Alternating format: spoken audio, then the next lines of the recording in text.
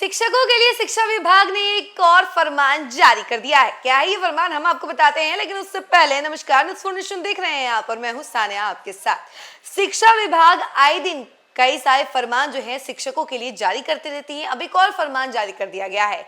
दरअसल अब शिक्षकों को ज्यादा तैयारी करनी पड़ेगी बच्चों को पढ़ाने के लिए।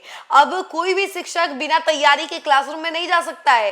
अगर उसने बिना तैयारी के पढ़ाया है बच्चों को तो उसकी क्लास लगना फिर तय है। अब देखिए, शिक्षा विभाग ने क्लियरली कह दिया है कि जितने भी टीचर्स हैं उन सबको पहले ही तैयारी करनी होगी। जो चैप्टर पढ़ाने वाले हैं उस चैप्टर के पूरी कहीं क्लासरूम में जाना है और बच्चों को पढ़ाना है।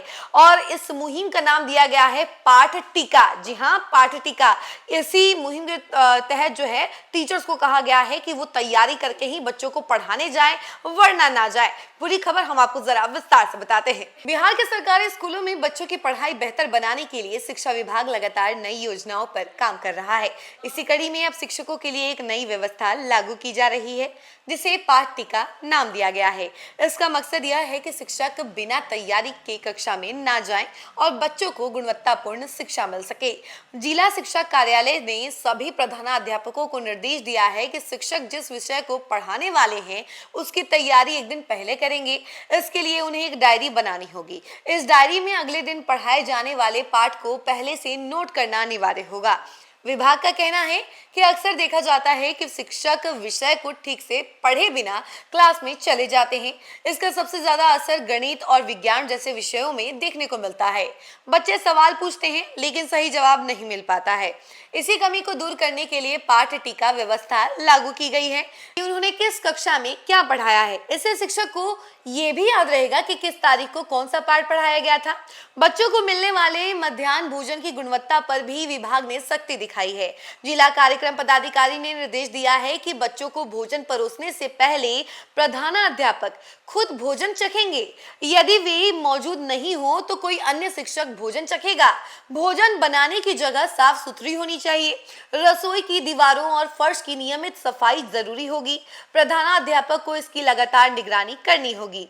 ई शिक्षा कोष पोर्टल पर स्कूल में नामांकित बच्चों की संख्या और भोजन करने वाले बच्चों की संख्या दर्ज करना अनिवार्य होगा।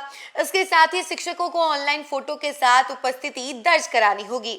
जिला स्तर पर शिक्षकों की उपस्थिति की लगातार जांच की जा रही है। रैंडम जांच में बिना सूचना के अनुपस्थित पाए जाने पर कार्रवाई तय है। शिक्षक बिना छुट्टी अपूर्व कराए विद्यालय से अनुपस्थित नहीं रहेंगे। वहीं आपको बता दें कि प्रधानाध्यापक अवकाश स्वीकृत करेंगे, लेकिन एक समय में 10% से अधिक शिक्षक अवकाश पर नहीं होंगे। यह भी सुनिश्चित किया जाएगा कि अवकाश के कारण पढ़ाई प्रभावित ना हो। शिक्षा विभाग की यह पहल बच्चों की पढ़ाई और स्कूल व्यवस्था को बेहतर बनाने की दिशा में एक बड़ा कदम मानी जा रही है। तो देखा आपने कि अब शिक्षा विभाग की तरफ से नया फरमान शिक्षकों के लिए जारी कर दिया गया है। अब शिक्षकों को पहले ही सारी तैयारियां करनी पड़ेगी। पहले कई बार होता था क्या कि टीचर्स जो हैं बिना पढ़े लिखे क्लासरूम में चले जाते थे और अगर स्टूडेंट्स कोई सवाल करते थे तो उन्हें वो कुछ भी जवाब देके टरका देते थे। लेकिन अब ऐसा बिल्कुल भी नहीं होगा। शिक्षा विभाग इसको लेकर काफी सख्त है। उन्होंने कह दिया है कि अब पाठ टीका जो प्रोसेस है उसके तहत अब सभी टीचर्स को पहले से ही तैयारी करनी होगी, पढ़ाई करनी होगी। उसके बाद जो है वो क्लासरूम में जाएंगे पूरा नोट तैयार करके और फिर पढ़ाएंगे। वो नोट्स भी देखा जाएगा बाकायदा कि अगर इस नोट्स में आपने नहीं लिखा है कुछ भी तो आपकी क्लास लग सकती है। तो सब कुछ एक बार फिर से ठीक ढंग से करने के लिए शिक्षा विभाग अभी काफी ज्यादा एक्टिव नजर आ रही है। इस खबर में फिलहाल के लिए इतना ही। ऐसी तमाम अपडेट के लिए जुड़े रहे हमसे और देखते रहे न्यूज़4नेशन। धन्यवाद।